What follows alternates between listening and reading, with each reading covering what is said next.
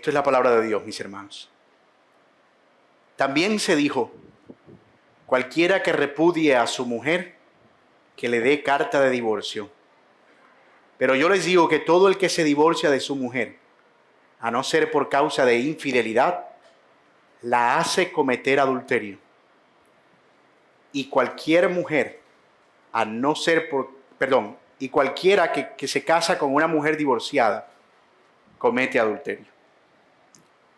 Que el Señor nos ayude a entender su palabra. Según datos oficiales, y esto es del Departamento Nacional de Estadísticas de nuestro país, el DANE, durante el año 2024 se registraron aproximadamente 20.759 divorcios en Colombia, en comparación con 52.348 matrimonios. Eso quiere decir que al menos 4 de cada 10, casi 5, la mitad de los matrimonios en este país terminan en divorcio. Y esta cifra es alarmante porque representa un aumento frente al año anterior y todavía no tenemos estadísticas del 2025, lo cual se prevé será mucho más significativo después de la aprobación de la Ley 2442. Esto no es una clase de derecho, es solo contexto, pero que considero que es importante.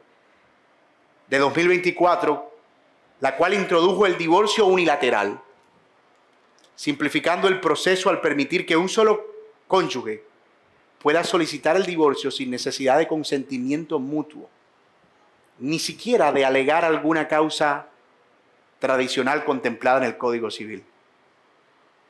Es decir, desde el año 2024, las personas se pueden divorciar solo porque les da la gana, o porque quieren, o no quieren continuar con el vínculo matrimonial. Tiene sus implicaciones legales, por supuesto, pero se prevé que las cifras para el 2025 serán mucho más alarmantes que lo que fueron en el 2023 y en el 2024. Y todo esto no sería más que una mera estadística de decisiones personales, si no fuera el reflejo de una sociedad en decadencia.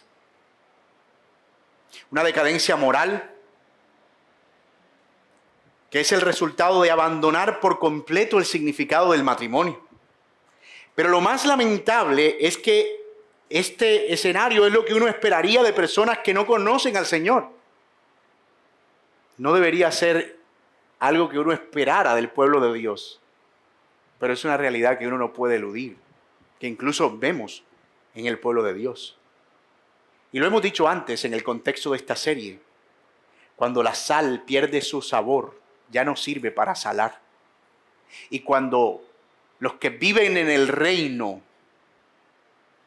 viven conforme al mundo, ya no pueden impactar al mundo. Y esa es precisamente la triste realidad a la que nos enfrentamos. Sin embargo, este no es un problema nuevo. Desde la caída en el Edén, la dureza del corazón del hombre y el abandono de los principios morales asociados al matrimonio han sido más que evidentes. Y el Señor nunca dejó este tema a la suerte. De hecho, ni siquiera fue ambiguo acerca del tema. Lo abordó con firmeza y con claridad. Y en este segmento del Sermón del Monte nos vuelve a mostrar cómo la vida en el reino debe estar marcada por una justicia inusual. Como decíamos en la oración, una justicia radical, superior a la de los escribas y fariseos religiosos de la época del Señor Jesucristo. Una que no contempla la destrucción y el homicidio del prójimo porque es la imagen de Dios, pero tampoco el odio en el corazón, sino que contempla la reconciliación. Una justicia que preserva el valor del matrimonio, dando dignidad a la mujer y no adulterando ni físicamente ni con los ojos. Pero también una justicia que protege el sagrado vínculo del matrimonio, de la frialdad del adulterio y de las nefastas consecuencias de violar con liviandad el pacto matrimonial a través también del frío trámite legal del divorcio. Y esta es precisamente la idea que yo espero podamos desarrollar en este sermón.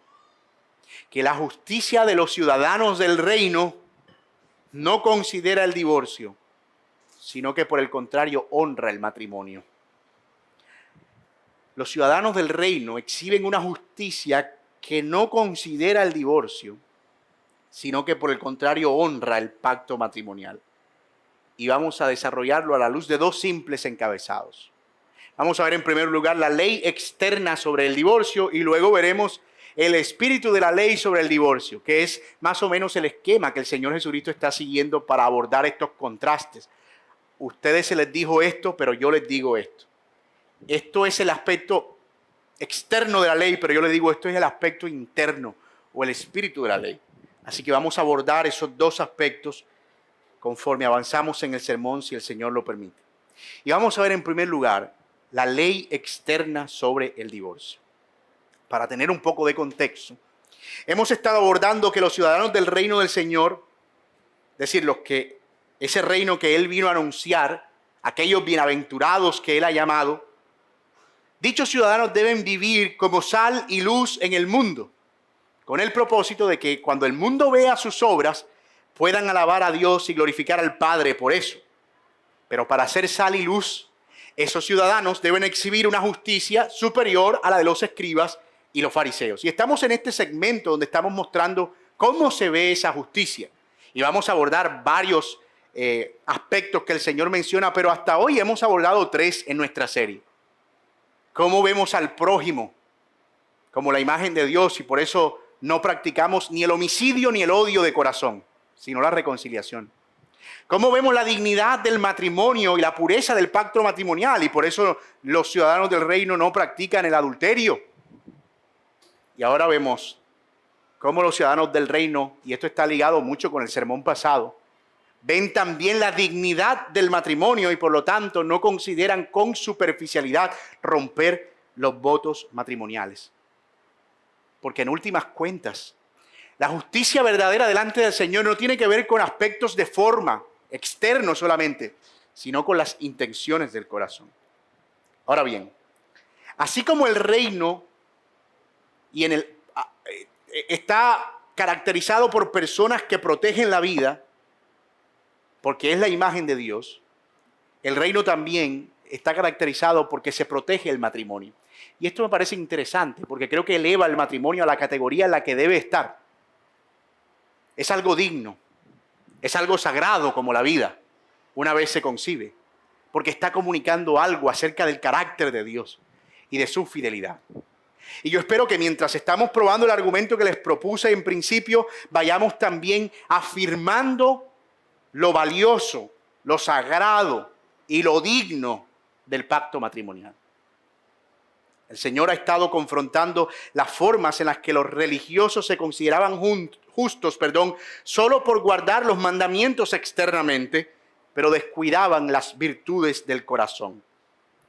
En el sermón pasado hablamos de cómo en el reino no es suficiente con no cometer adulterio físico, es decir, con no acostarse con una persona distinta a tu esposo o tu esposa, sino que el Señor nos pide más, que el corazón también sea fiel y leal, que no mires a una mujer para codiciarla o a un hombre para codiciarlo porque has adulterado en el corazón. Y ahora el Señor ataca otra forma en la que los religiosos de la época estaban atentando contra la dignidad del matrimonio con el pretexto de estar cumpliendo la ley. Y como dije, era la liviandad con la que consideraban romper el matrimonio. Una cosa como de comprarse una crispeta y sacar una sorpresita. ¿Ves? Me gustó esta, me voy a divorciar de esta. Y era como... No había ni intermediario siquiera. Hoy siquiera, si alguien quiere divorciarse, por lo menos tiene que pensar en pagar en el abogado. En aquel tiempo ni eso. Y el Señor sigue el mismo patrón que las declaraciones anteriores, donde presenta cómo los religiosos de la época habían reducido el mandamiento a algo meramente externo para luego apuntarlos al verdadero espíritu de la ley. Ese es el patrón del Señor.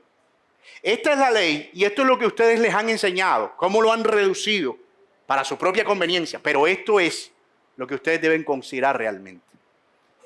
Y sobre ese particular, el Señor está haciendo referencia a lo que los escribas y fariseos habían interpretado de la ley dada por Moisés en Deuteronomio 24, del 1 al 12. Es decir, había en los días de Cristo una ley acerca del divorcio que Moisés había dado y que decía lo siguiente: cuando alguien tome una mujer y se casa con ella, si sucede que no le es agradable porque ha encontrado algo reprochable en ella y le escribe certificado de divorcio, que era un documento legal,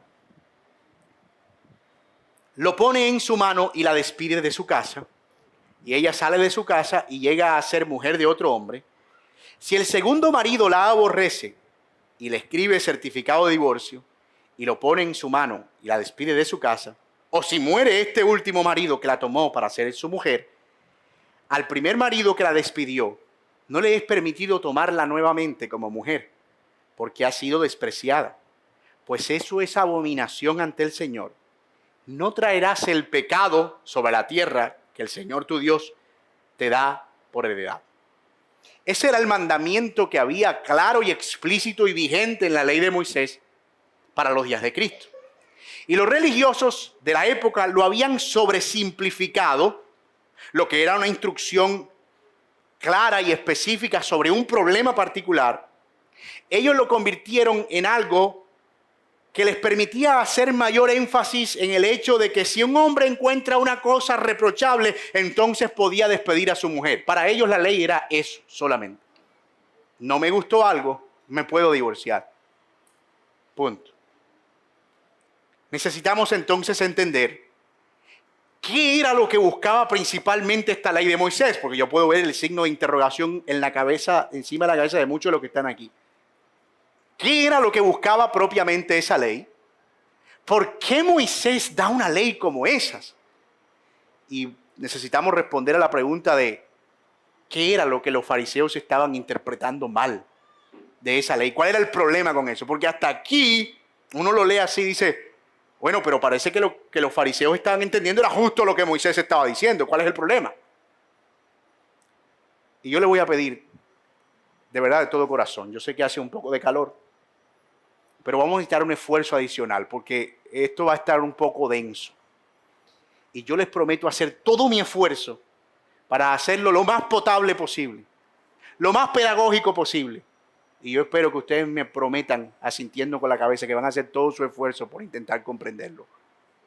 Vamos. ¿Qué es lo que este mandamiento entonces está diciendo? ¿De qué se trataba en principio? Bueno, a juzgar por lo que se lee en contexto, la ley se trataba de que si un hombre casado encontraba una cosa reprochable, estoy usando comillas porque es lo que dice el texto, en una mujer, lo cual, ojo, no necesariamente era adulterio, porque si fuera adulterio, según la ley de Moisés, debían morir. La pena de muerte, oye eso, la pena de muerte era la consecuencia de violar el pacto matrimonial. Así que un hombre, si encontraba esa cosa reprochable, podía despedirla. Hay que dejar en claro que Moisés no aclaró cuáles eran esas cosas reprochables. Posiblemente eran entendibles para el contexto del pueblo de Dios en esa época, pero en el texto de Deuteronomio no se incluye una lista de cosas reprochables. El problema que había es que muchos hombres actuaban cruelmente con sus esposas. Las rechazaban por causas poco significativas y las mujeres quedaban a merced de la mendicidad en algunos casos, porque recuerden ustedes que las mujeres en esa época no podían heredar ni construir una descendencia por la forma en la que estaban diseñadas las estructuras sociales. Así que dependían exclusivamente de la protección de sus maridos. De modo que si se le daba carta de divorcio a una mujer y se le repudiaba o se le echaba de la casa, la mujer quedaba vagando y entre otras cosas nadie podía saber el motivo de por qué quedaba vagando y hacía que otros hombres no tuvieran ningún interés en ella porque no sabían cuál era realmente el problema. Así que Moisés quería asegurarse de que esas mujeres pudieran llevar consigo un documento legalmente expedido por los jueces y los sacerdotes de la época que especificara la causa de la separación, abriéndole la puerta para ella contraer, obviamente, unas nuevas nupcias. Desde el principio, entonces, este mandato estuvo orientado a proteger la dignidad de la mujer y a proteger su sustento en todo sentido, de la dureza y de la crueldad del corazón de los hombres. De hecho, estaba tan orientado a proteger su dignidad que no solo garantizaba que ella pudiera encontrar un nuevo esposo, sino que incluso impedía al que la había repudiado inicialmente que la tomara, añadiendo vileza a ella o agraviando la indignidad sobre ella. Era tan fuerte que el Señor llamaba a eso abominación. Así que lo que está en la mente nuestra ahora, o lo que debería estar, es que en principio la ley consiste en no legislar que hombres y mujeres se separen, sino proteger cuando eso ocurra para tratar de hacer que el daño sea menos grave. Proteger la dignidad de la mujer. Hasta el día de hoy, de hecho, es como debemos ver el divorcio, al fin y al cabo. Es una forma en la que se está protegiendo el derecho de la parte afectada para que pueda tener libertad de contraer unas nuevas nupcias si así lo desea. Ahora, ¿por qué Moisés permitiría algo así? Es la pregunta que tenemos que responder. Porque ya vemos que es un mandato algo extraño para el pueblo de Dios. ¿Por qué simplemente no prohibió que un hombre se separara de la mujer? ¿Por qué tiene que hacer una ley como esta? Y es una pregunta que el mismo Señor Jesucristo también abordó, y a mí me encanta cuando el Señor Jesús responde preguntas porque me quita a mí el peso de yo tener que explicarla. Así que lo que tenemos que hacer es leer qué fue lo que el Señor respondió cuando le preguntaron eso. Maravilloso. En Mateo 19 del 3 al 8. Me están siguiendo, ¿verdad? Perfecto. Si se ve apretado, agarre aire y seguimos. En Mateo 19 del 3 al 8 dice: y se acercaron a él algunos fariseos para ponerlo a prueba. Este es otro pasaje en Mateo, porque esa era una discusión caliente en los días del Señor Jesucristo. Eso era en las esquinas y en todas partes. Diciendo: ¿le está permitido a un hombre divorciarse de su mujer por cualquier motivo? Oye esto, la pregunta no era ¿le está permitido a un hombre divorciarse? No, eso se da por hecho. El hombre se tiene que divorciar. El asunto es el motivo. O sea, ellos daban por hecho que el divorcio tenía que darse. Y Jesús les respondió, y gracias Señor por responder, gracias. ¿No han leído que aquel que los creó desde el principio los hizo varón y hembra? Y dijo: por esta razón el hombre dejará a su padre y a su madre y se unirá a su mujer y los dos serán una sola carne. Así que ya no son dos sino una sola carne. Por tanto, lo que Dios, no un documento legal, ha unido, ningún hombre lo separe. Y ellos le dijeron: ¿y entonces por qué mandó Moisés a darle carta de divorcio a la gente? Y él les contestó, bueno, a darle carta de divorcio y repudiarla. Y él les contestó: por la dureza del corazón, Moisés les permitió a ustedes divorciarse de sus mujeres, pero no ha sido así desde el principio. Por la dureza del corazón, Moisés lo permitió, pero desde el principio, eso no es el plan original. El Señor está reconociendo que el establecimiento de ese mandato no es la perfecta voluntad de Dios. Que establecer leyes sobre el divorcio no era el plan inicial, que en cierto sentido se está buscando, como dije hace un momento, el mal menor ante la dureza del corazón como resultado de la caída.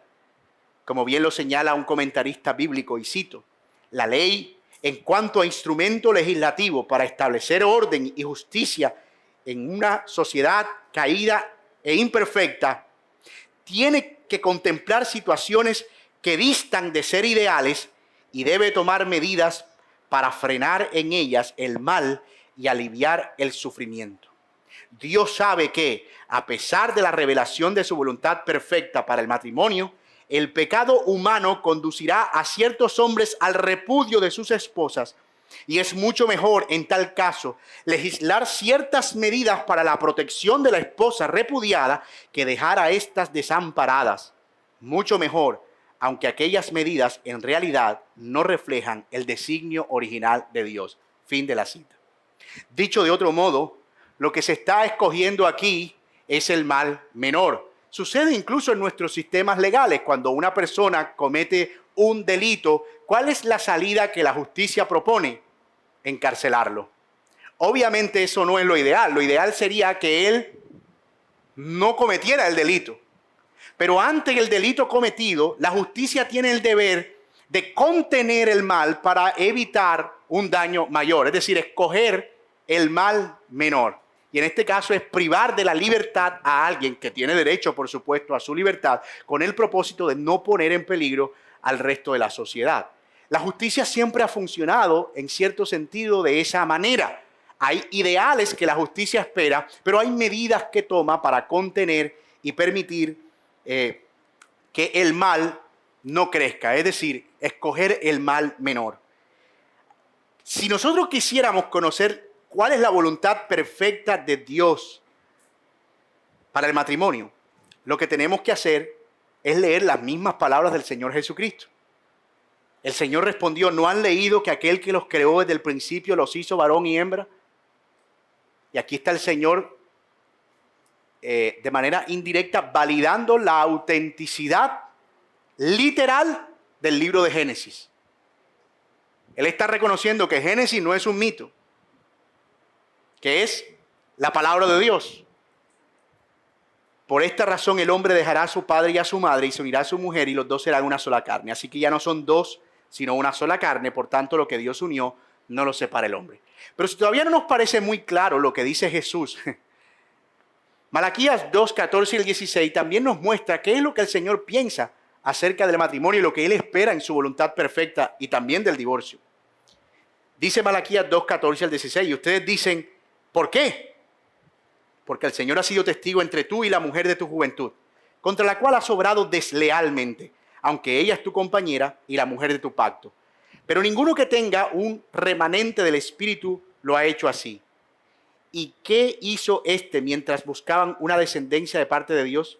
Presten atención, pues a su espíritu. No seas desleal con la mujer de tu juventud, porque yo detesto el divorcio, dice el Señor Dios de Israel. Y al que cubre la iniquidad, su vestidura, dice el Señor de los ejércitos. Presten atención pues a su espíritu y no sean desleales. Ahí está lo que el Señor opina en términos directos del divorcio. Así que pensamos en esta ley de Moisés como una ley de tolerancia, entre comillas, como una ley que busca proteger a la comunidad de un mal mayor, garantizando que las mujeres puedan tener protección.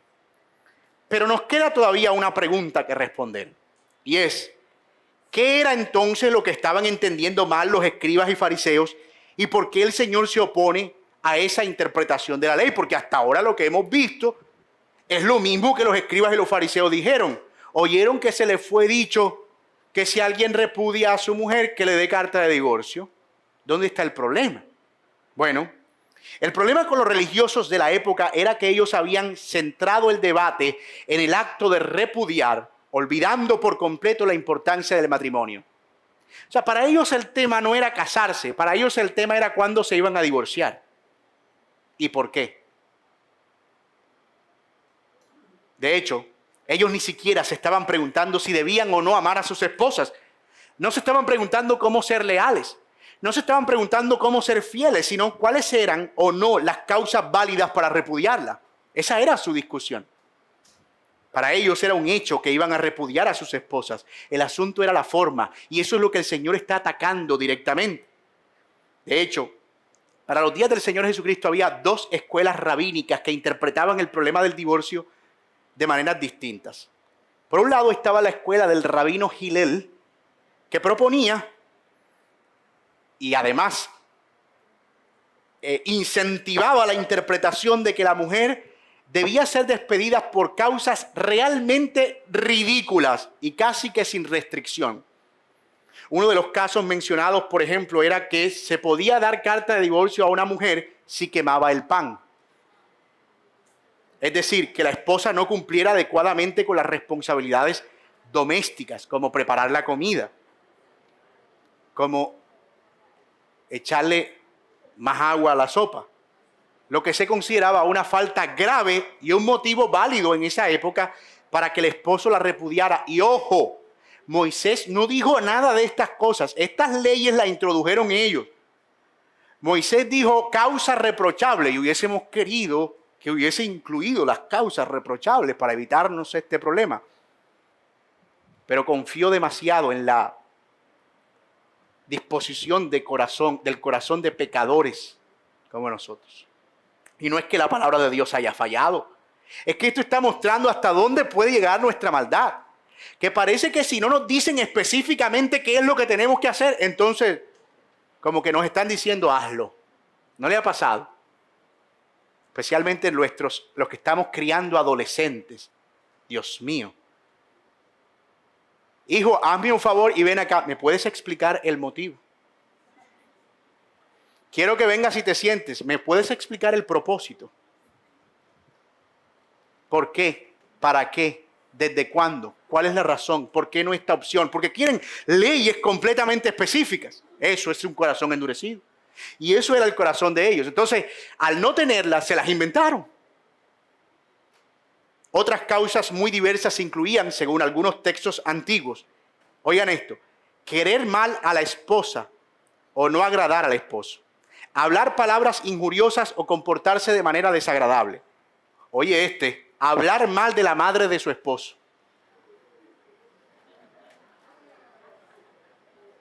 Bueno, no poder tener hijos o oye, cualquier motivo que molestara o no le gustara al esposo. Esas causales reflejan la dureza y la ligereza con que se podía conceder el divorcio. Muchas veces sin consideración profunda al compromiso matrimonial. No les importaba ni el matrimonio ni la mujer con la que estaban casados.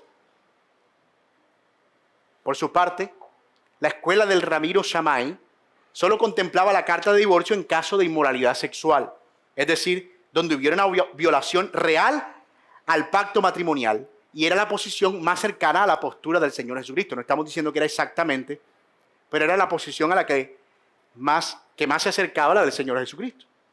Como podemos ver, el problema de los escribas y fariseos era que su concepto del matrimonio era realmente pobre. Para ellos, el matrimonio se trataba del placer que el hombre pudiera tener y la satisfacción que pudiera tener. Y la mujer, un objeto. Una cosa que si no satisfacía sus necesidades, entonces podía ser reemplazada fácilmente. A veces pienso en personas que acusan la palabra de Dios de ser misógina y machista. Aquí hay algo bien contracultura y es el Señor Jesucristo oponiéndose precisamente a hombres perversos que no consideraban con sensibilidad que estaban casados con la imagen de Dios. Es que eso es lo que a veces a algunos hombres, incluso creyentes, se le olvida, que si él está casado con una creyente, está casado con una hija de Dios. O sea, tiene un suegro. O sea, Dios es el padre y el suegro. Y eso a veces no lo consideramos. No en vano dice Pedro en Primera de Pedro que si un hombre está en conflicto con su esposa o enojado, ni siquiera te molestes en orar, porque tus oraciones no van a subir al trono del Señor. Trátala como a vaso más frágil. La misoginia y el machismo no salen de la palabra de Dios, salen del corazón endurecido de los hombres por causa del pecado. Y lo triste de todo esto es que esto no está lejos de nuestra realidad hoy en día. Muchos consideran el matrimonio como una mera transacción legal que puede ser desechada por cualquier causa. Si no, vete a ver los influencers nuestros. Las personas que influencian a la sociedad hoy en día. Se casan hoy, mañana se descasan, después se casan y después se vuelven a casar. Fulano dejó a sutana, se metió con sutana y fulano... Una recocha, como decimos. El matrimonio es una institución sagrada y debe ser honrada como tal, por lo que el divorcio es un atentado flagrante contra lo que Dios ha establecido. Para muchos matrimonios el divorcio es la salida más rápida para resolver los conflictos matrimoniales. Y algunos lo tienen como una amenaza. A veces usan la palabra divorcio, a veces términos más sofisticados. Me voy para donde mi mamá.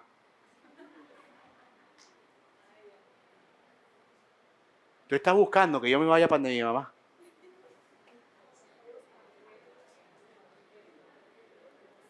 Y la mamá,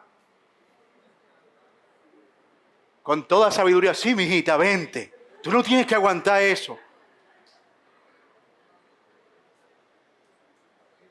Jesús se opone a eso. Porque una sociedad que abandona, escuche esto, hermano. ¿Y por qué esto es problemático? Porque tú dices, ¿no es como un poco exagerado eso? ¿No está haciendo el Señor como que, wow, o sea, te acepto lo de matar y de no asesinar? Porque bueno, después de todo, imagínate si empezamos a odiarnos y a matarnos unos a otros y nos acabamos como sociedad. Pero esto de divorciarse no es como demasiado exagerado. Pues no. El Señor está protegiendo la forma más íntima de lealtad. Porque si un hombre y una mujer no pueden ser fieles a su forma más íntima de lealtad, están condenados a la catástrofe como sociedad. ¿Cómo pueden establecer otras relaciones significativas afuera? ¿Cómo pueden amar al prójimo? ¿Cómo pueden servir al prójimo? Si ni siquiera pueden ser leales a esta forma tan íntima de relación. El Señor no está exagerando. Él está viendo la importancia del matrimonio como el fundamento de toda sociedad que exista. Los romanos entendieron eso. Y los romanos lo primero que hicieron cuando entendieron la institución mínima de una sociedad fue protegerlo. Vamos a protegerlo. Y empezaron a crear leyes porque sabían que no podían ser un imperio sólido si la base más mínima como sociedad no estaba garantizada, el matrimonio. Entonces, ¿cuál debe ser la perspectiva correcta? ¿Cuál es el espíritu de la ley? Eso lo veremos en el siguiente encabezado. El espíritu de la ley sobre el divorcio. Esa es la desventaja. Si usted estuviera en Netflix, pone el capítulo que sigue, pero aquí le toca esperar hasta el domingo.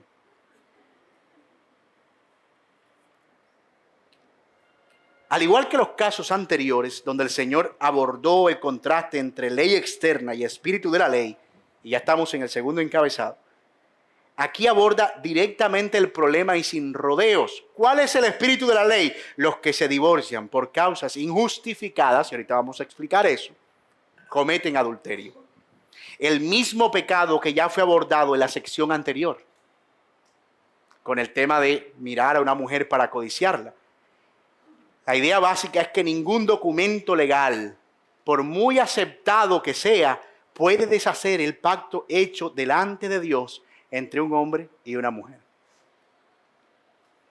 El hombre o la mujer que acude a las vías legales para justificar el repudio de su esposa está maquillando su adulterio. Pero aquí también tenemos varias cuestiones que abordar y varias preguntas que resolver. La primera es, ¿qué significa en el texto estas palabras del Señor Jesucristo? Y yo les digo que todo el que se divorcia de su mujer, a no ser por causa de infidelidad, o a no ser por causa de fornicación, como dice Reina Valera. ¿Qué significa ese salvo por causa de fornicación? Esa es la parte nueva de la ley que él está introduciendo. Esa es la parte del espíritu de la ley que ellos no estaban considerando. Y no es que Jesús la esté introduciendo realmente, simplemente le está abriendo el panorama. Y les está haciendo ver que no deben ser livianos con el divorcio, sino que ellos deberían, en el caso de que ocurra una ruptura del pacto matrimonial, entonces sí considerar la formalización de esa ruptura. Pero mientras eso no ocurra, eso no debería suceder. Lo que podemos observar inicialmente es que en efecto es una cláusula de excepción, salvo por, es decir, hay una excepción. Hay al menos un caso en el que el divorcio es tolerable, y es cuando ya ha habido una violación al pacto por defecto. Esto tiene sentido. Cuando el divorcio ocurre, según dice el Señor aquí, es porque ya el pacto se rompió, y el pacto se rompe cuando el hombre o la mujer se une a una mujer o un hombre que no es su esposa. Porque un hombre que se une a una mujer, un cuerpo es con ella. Entonces tú estás violando el pacto. Lo que haría el divorcio sería formalizar lo que ya se violó. En ese caso, el divorcio es póstumo a la violación del pacto, no previo a la violación del pacto, o no ante la ausencia de una violación legítima del pacto. Una mujer que quema el pan no está violando el pacto matrimonial, a menos que cuando se casaron hayan dicho, y yo prometo no quemar nunca el pan, y nunca dejar la sopa aguada, y nunca dejarte la carne sin gordito. Yo prometo que, a menos que hayas hecho un pacto de esa naturaleza, pero nunca he ido a un matrimonio así. Por eso nosotros nos aseguramos de que los que hacen curso prematrimonial con nosotros se aseguren en hacer un pacto que sea bíblico y que esté a la altura de lo que el Señor pide y puedan cumplir. Entonces, como esas no eran cosas que estaban dentro de los parámetros del pacto, al no haber una violación del pacto real, el divorcio no estaba rompiendo el vínculo. Yo no sé si lo pueden ver, pero es a eso a lo que se refiere el Señor Jesucristo. Ahora, la palabra que él emplea aquí para fornicación es una palabra interesante, es la palabra porneia, y ya ustedes pueden ver algunos derivados de esa palabra en el español, y abarca una amplia gama de pecados sexuales. Sin embargo, debemos enmarcarla en el contexto del pasaje. Algunos han interpretado esto como una prohibición a las relaciones incestuosas. Es decir, algunos dicen, no, el Señor ahí lo que está diciendo es que salvo que sea una relación ilícita incestuosa, según Levítico 16 del 6 al 18, era prohibido con parientes en primer grado de consanguinidad. Pero no tiene mucho sentido que el Señor esté haciendo una excepción sobre algo que ya era prohibido explícitamente. O sea, ya de por sí era prohibido que hubiera incesto. No puede ser que el Señor esté diciendo excepto por incesto. Eso es como, por ejemplo, como ir a un concierto que es para mayores de 18 años y el concierto dice solo para mayores de 18 años y abajo poner un letrero que diga se permite el ingreso de todo excepto los menores de edad.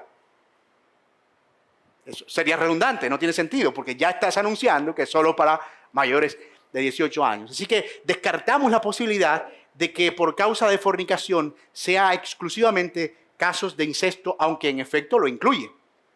Otros sugieren que la fornicación a la que Cristo se refiere aquí es a la inmoralidad sexual cometida durante el periodo del desposorio.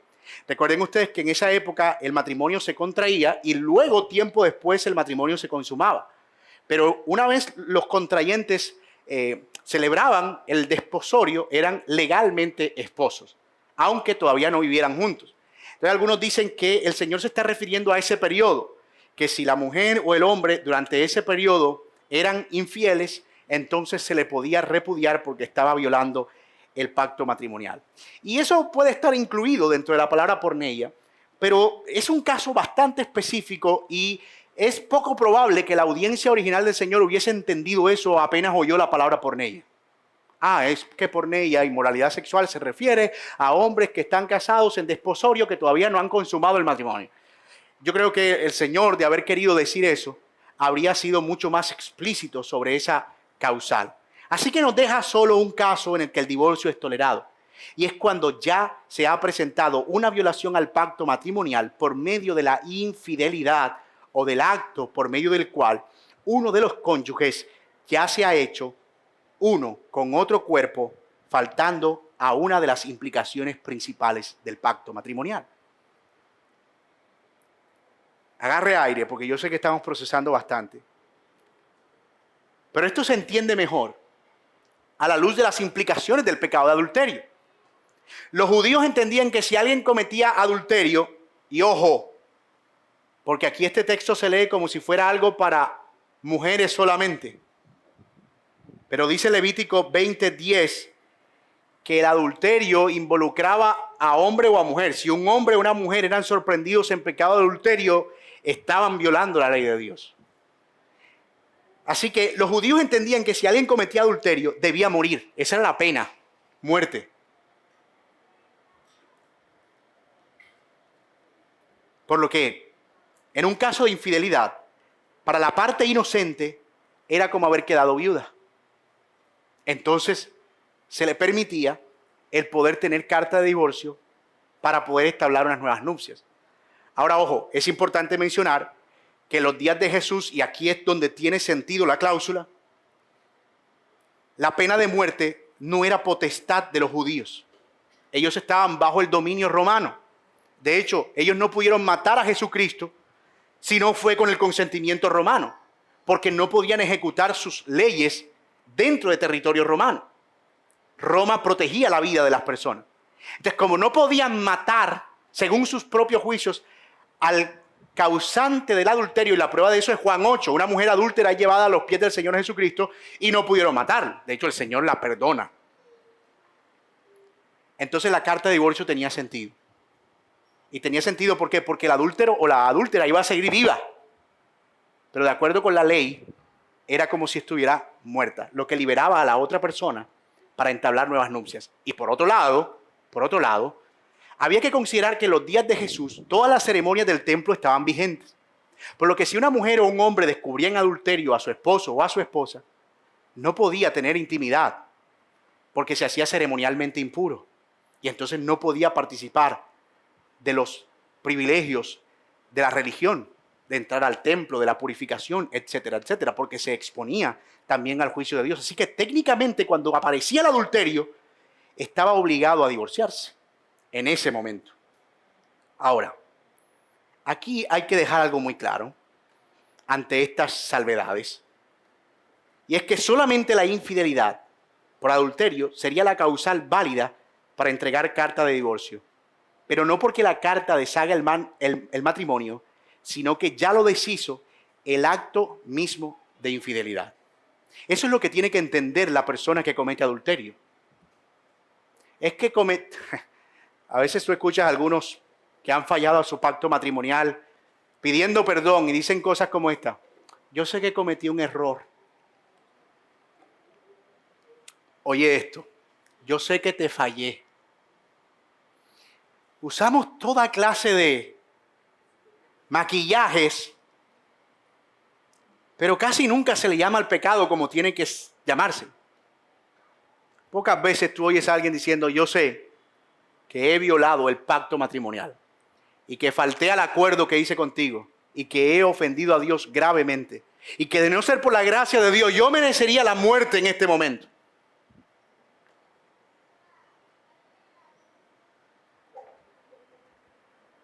Pero no.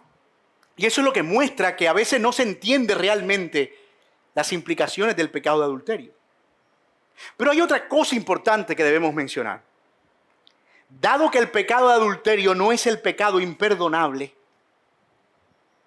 y dado que ya nosotros no dependemos de los rituales del templo, de modo que nos haríamos ceremonialmente impuros si decidiéramos preservar el matrimonio cuando ha ocurrido una infidelidad, y dado que en la gracia del Señor Él nos da lo necesario para la restauración y el perdón, un matrimonio cristiano debería ser lento para considerar el divorcio como la principal salida para esos pecados, aun cuando tenga esa puerta abierta.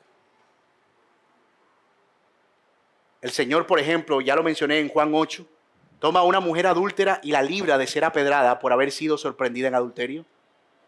El Señor reconoce que ella había pecado, la perdona y le dice: vete y no peques más. No la mata, no la apedrea, de hecho la libra. Si alguno está libre de pecado, que tire la primera piedra. La infidelidad es un pecado terrible y yo no quiero minimizarlo. De verdad, si hay hombres o mujeres que han sufrido, yo no quiero que usted piense que yo estoy tratando de minimizar el impacto que eso tiene. No me malentienda.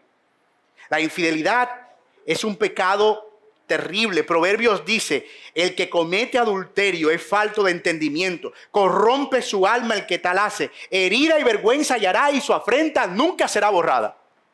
Lo que está diciendo es que puede ser que el pecado se perdone, porque al final Dios perdona todos los pecados, pero hay consecuencias de ese pecado, afrentas que probablemente no sean borradas, y el que comete adulterio debe saber que ha de cargar con tales afrentas.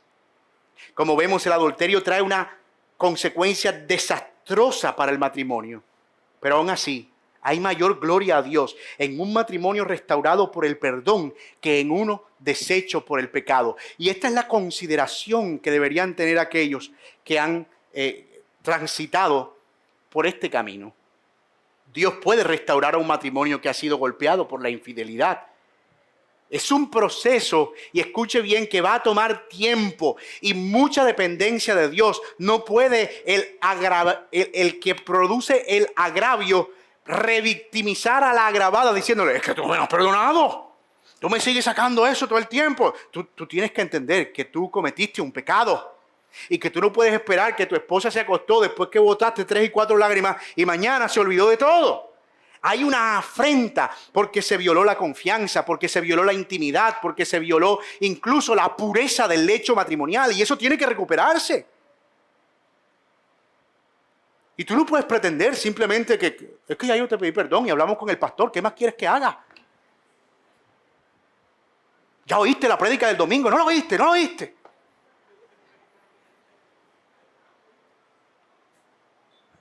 No, eso no es soplar y hacer una botella. Por eso, mi hermano, si tú estás, y esto lo digo de parte del Señor, hermano, si tú estás caminando por la senda del adulterio y estás jugando con fuego y estás teniendo conversaciones indebidas, piensa lo que estás haciendo. Detente antes de que la cosa sea más trágica de lo que ya es. Porque luego, cuando todo eso se derrame, probablemente no puedas recoger mucho. Y esa será la consecuencia que tendrás que llevar sobre tus espaldas. De nuevo, Dios puede restaurar, pero hay que entender que es un proceso que va a tomar tiempo. Es posible que haya restauración por la misericordia de Dios. Sin embargo, esto no debería obligar a nadie, escuche bien, y aquí quiero ser bien enfático, no debería obligar a nadie a vivir bajo la opresión, la vergüenza y la deshonra que el adulterio produce. Si no hay un corazón genuinamente arrepentido de parte del ofensor, no está el hermano o la hermana sujeta a servidumbre en semejante caso, dice 1 Corintios 7. Y ambos escenarios deben estar contemplados. Puede una hermana y un hermano orar por su esposa, por su arrepentimiento. Pero si lo que ve es que no, él no cae, se tira. Tú lo que estás viendo ahí no es un corazón arrepentido. Es una persona que no quiere perder la mitad de la casa. O que tiene remordimiento de conciencia. O que llora porque ve a los pelados. No hay arrepentimiento genuino. Oh, pero si hay arrepentimiento genuino, al corazón contrito y humillado, hermano, el Señor no lo desprecia. Y el Señor repara. Y el Señor restaura. Y el Señor transforma. Y el Señor perdona. Cuando hay arrepentimiento genuino. Entonces vamos a recapitular y agarrar otro poquito de aire porque ya vamos a meternos a la recta final. ¿Qué hemos visto hasta aquí? Que Moisés dio la ley sobre el divorcio con el fin de proteger a las mujeres que eran abandonadas por sus maridos. Y lo hizo por la dureza de sus corazones, por sus pecados. Los fariseos del tiempo de Jesús convirtieron esa ley en un folclore. De modo que se emitían documentos de divorcio por causas realmente absurdas. Así que el Señor está poniendo las cosas en orden, diciendo que el matrimonio es sagrado y que la única razón para el divorcio es que ya se haya efectuado una ruptura previa del pacto por medio del pecado de infidelidad y que incluso ahí todavía hay esperanza de restauración.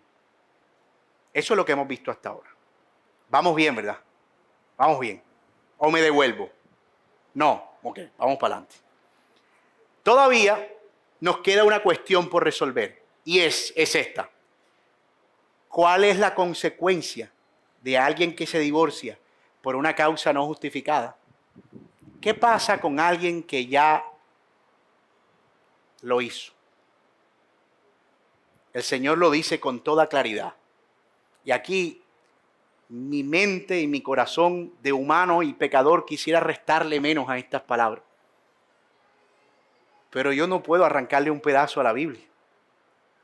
Si alguien se divorcia, por una razón que no es válida ni justificable, el Señor dice con toda claridad, es un adúltero.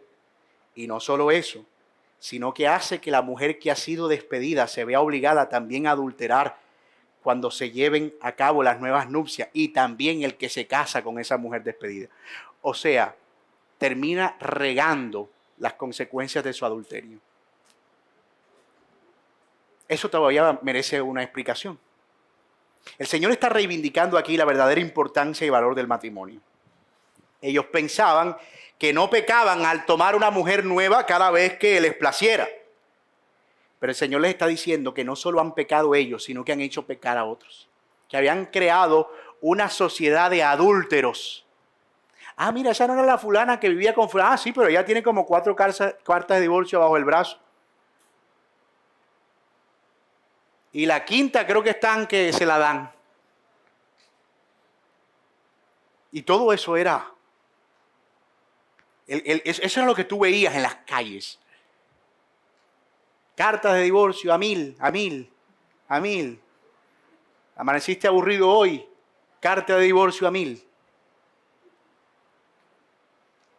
Pero el Señor les está diciendo que no solo han pecado, lo han diseminado, el pecado de adulterio, por un acomodo de las leyes de Dios solo para su propio placer. Es que eso es lo triste.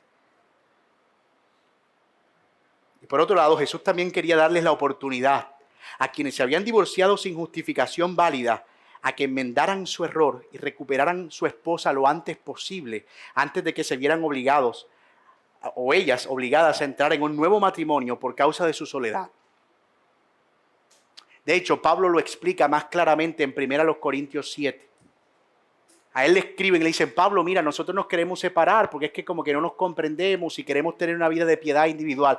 Y Pablo dice, el hombre no abandone a su mujer, ni la mujer abandone a su marido, a no ser para ocuparos sosegadamente en la oración. Y si por alguna razón se separan que no sea válida, vuelvan a juntarse otra vez. Y si no se quieren juntar, entonces quédense sin casar. Y entonces ellos decían para ellos mismos, ay, así que chiste, o sea, ¿para qué me divorcié si no es para casarme otra vez? Y entonces Pablo dice, sí, pero es que no puedes hacerlo de esa manera.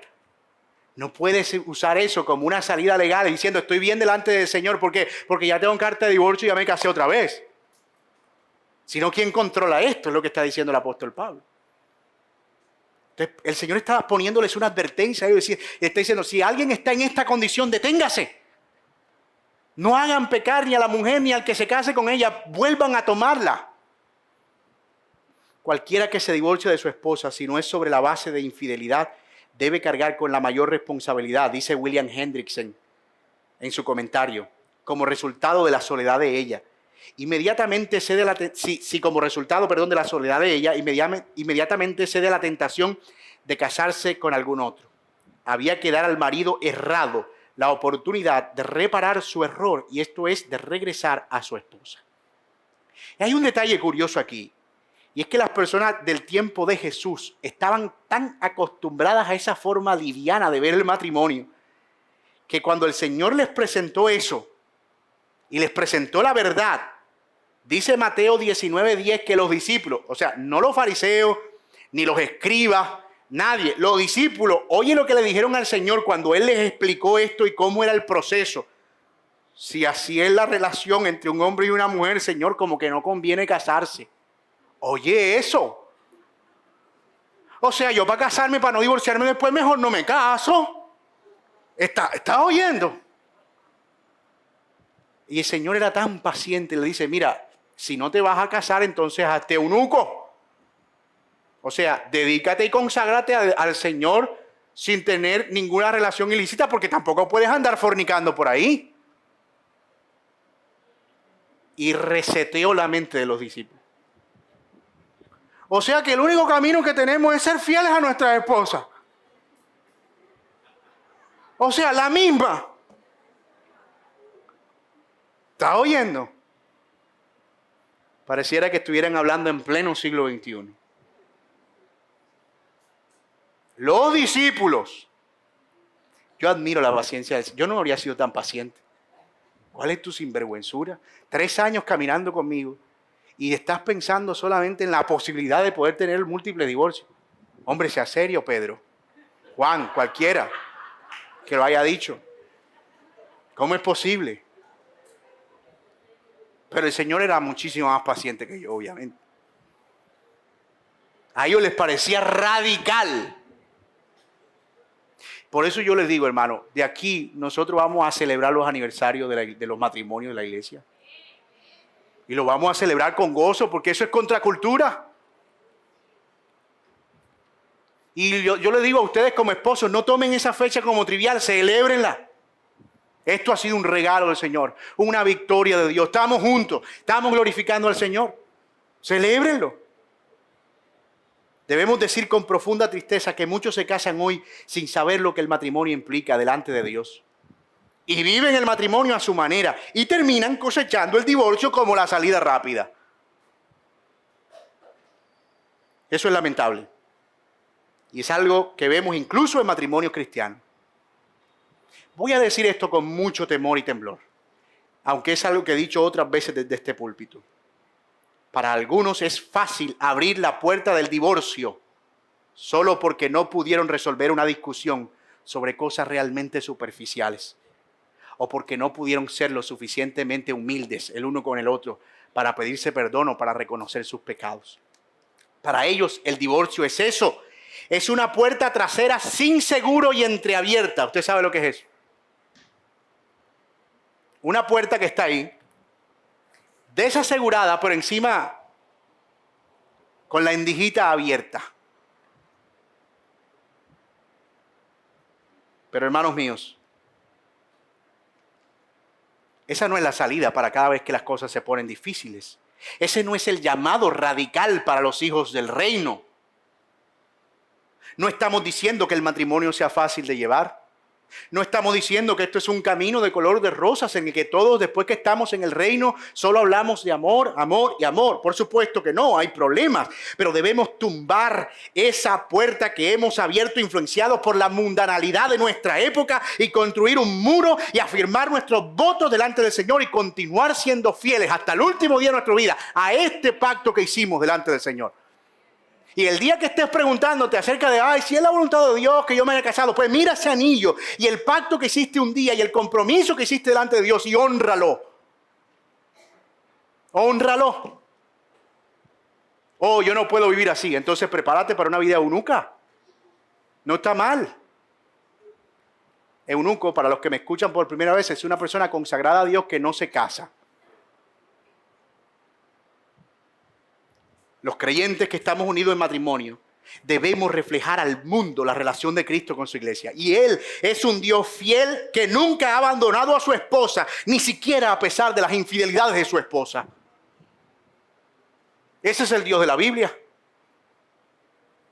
Los hijos del reino deben exhibir una justicia mayor a la de los escribas y fariseos, honrando la dignidad del matrimonio y dando honor a lo que Dios unió.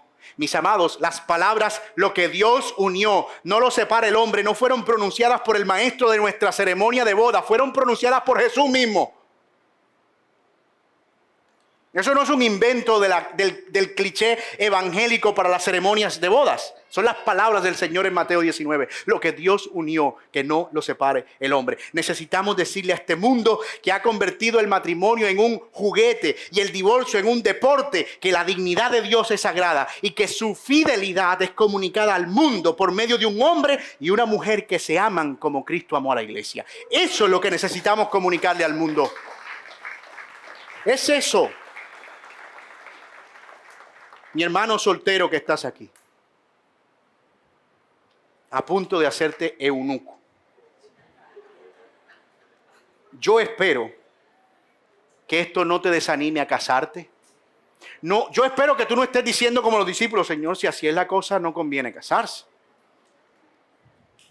Sino a que ores para que el Señor te conceda a alguien que pueda ver el matrimonio con el mismo valor con el que Dios lo ve en la palabra. Y que tú puedas verlo con esa misma estima.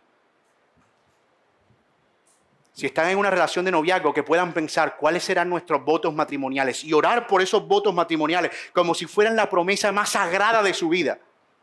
Usted sabe, yo he ido a ceremonias de boda donde a mí me jalan por aquí, cuando oigo que el que dice los votos es el que los casa. Repite conmigo. Y entonces él le dicta los votos a la persona. ¿Eso qué es? ¿Acaso los votos son de él? Ellos tienen que pensar esos votos. Eso muestra que ni siquiera pensaron en los votos antes de casarse. Ni siquiera pensaron en la promesa que iban a hacer el uno delante del otro antes de casarse, sino que ahí estuvieron improvisando qué era lo que se iban a decir el uno al otro. Eso es una sinvergüenzura en toda su forma. Necesitamos recuperar el verdadero sentido del matrimonio desde las etapas del noviazgo hasta la boda y la ceremonia, e incluso cómo acompañamos ese matrimonio a lo largo de su vida. Pero los noviazgos son parecidos a los noviazgos del mundo. La boda igual a las bodas del mundo. Y no esperes que el matrimonio sea un matrimonio cristiano. ¿Por qué? Porque todo lo que están empleando para llegar a ese pacto es mundano, no cristiano. Y no estoy molesto, hermanos. Se los digo de todo corazón. No estoy como tratando de transmitirles un sentimiento negativo. Es que necesitamos realmente arder de indignidad frente a lo que profana la dignidad de Dios. Y no ser livianos con eso, ni aplaudir eso. Usted sabe que ahora hacen fiestas de celebración de divorcio. Le llaman despedida de matrimonio. Trágico. Así que soltero que estás aquí, ora al Señor para que te muestre y te lleve a alguien que ame al Señor y atesore el matrimonio con dignidad. Y mis hermanos casados, honren al Señor. Si han amenazado con huir por la puerta trasera del divorcio, pídanse perdón y arrepiéntanse delante de Dios y saquen esas palabras de su vocabulario. Porque a veces se convierte, vamos a tener que divorciarnos entonces. Muéstrame los papeles que te los firmo. Y es a lo primero a lo que acudimos en toda discusión.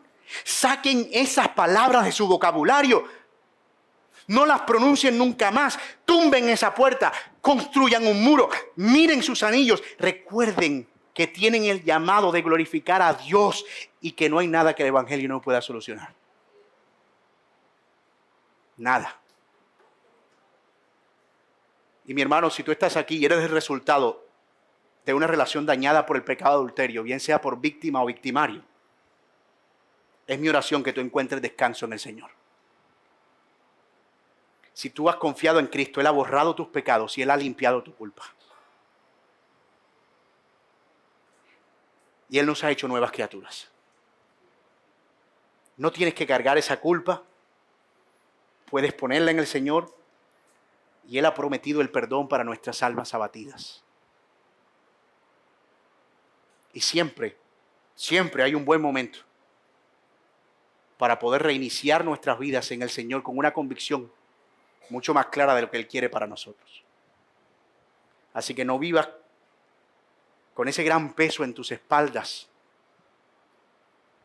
Y aunque tal vez tengas que lidiar con ciertas consecuencias de esa afrenta, que puedas recrearte en el perdón del Señor y en que Él te ha librado de toda culpa.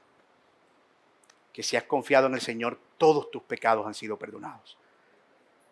Mis hermanos,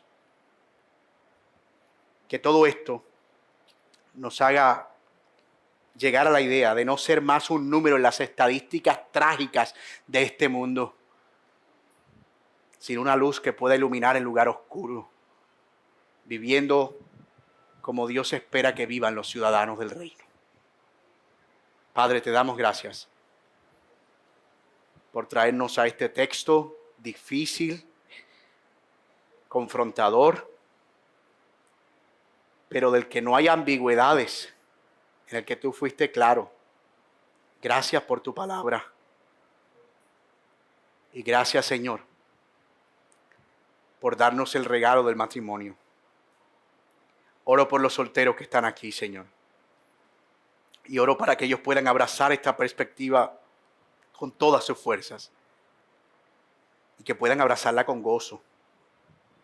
Y que tú les hagas, Señor, tener también esperanza de que el deleite del matrimonio no es otro que el deleite en el Señor.